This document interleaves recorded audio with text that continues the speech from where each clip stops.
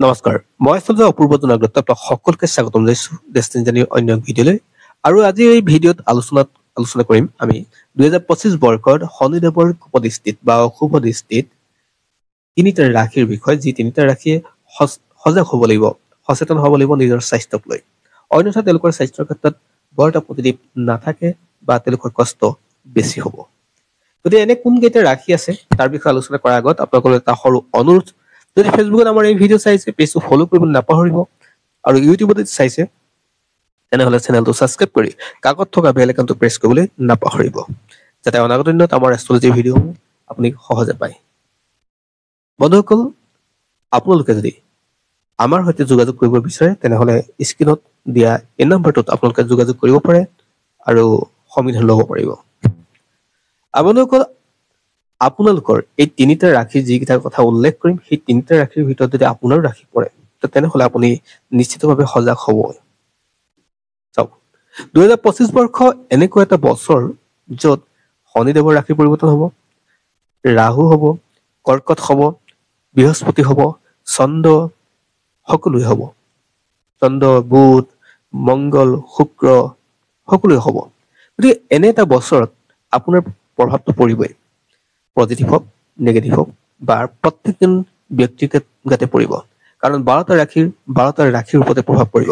কিন্তু এই মই উল্লেখ কৰিবলগীয়া এই ৰাশি তিনিটাৰ ক্ষেত্ৰত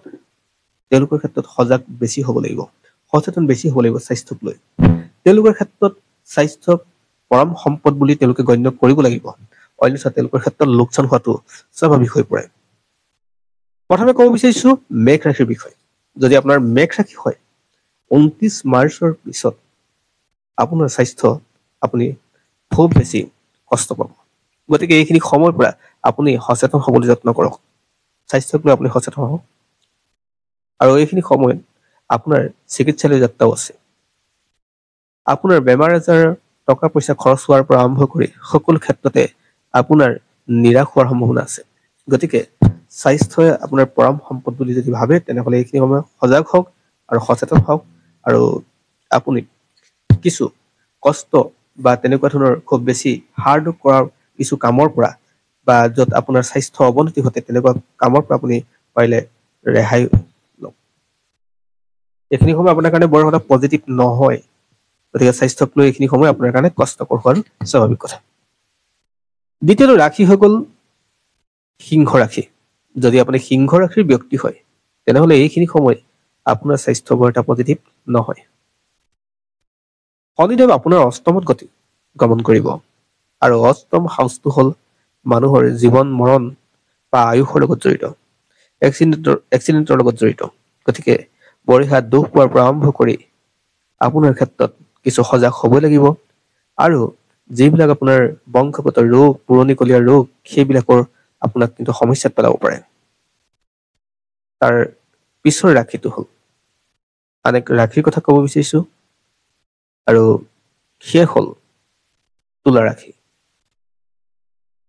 যদি আপোনাৰ তুলা ৰাশি হয় তেনেহ'লে এইখিনি সময় আপোনাৰ কাৰণে বৰ এটা পজিটিভ নহয় বিশেষকৈ 29 মাৰ্চৰ পিছত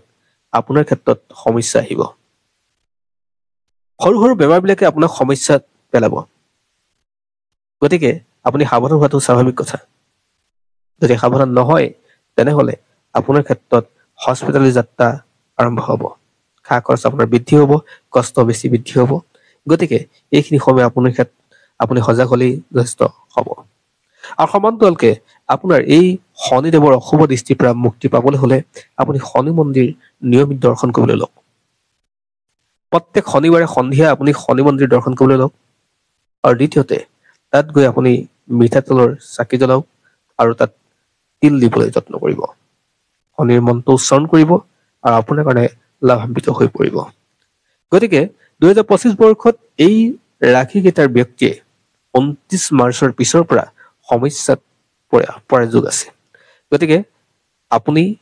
আপোনাৰ কোনো বন্ধুবৰ্গৰ যদি এই ৰাশিৰ বিষয়ে গম পায় বা তেওঁলোকৰ ক্ষেত্ৰতো এই ৰাশিকেইটাৰ ব্যক্তি হয় তেওঁলোকক জনাই থ'ব বা শ্বেয়াৰ কৰিবলৈ নাপাহৰিব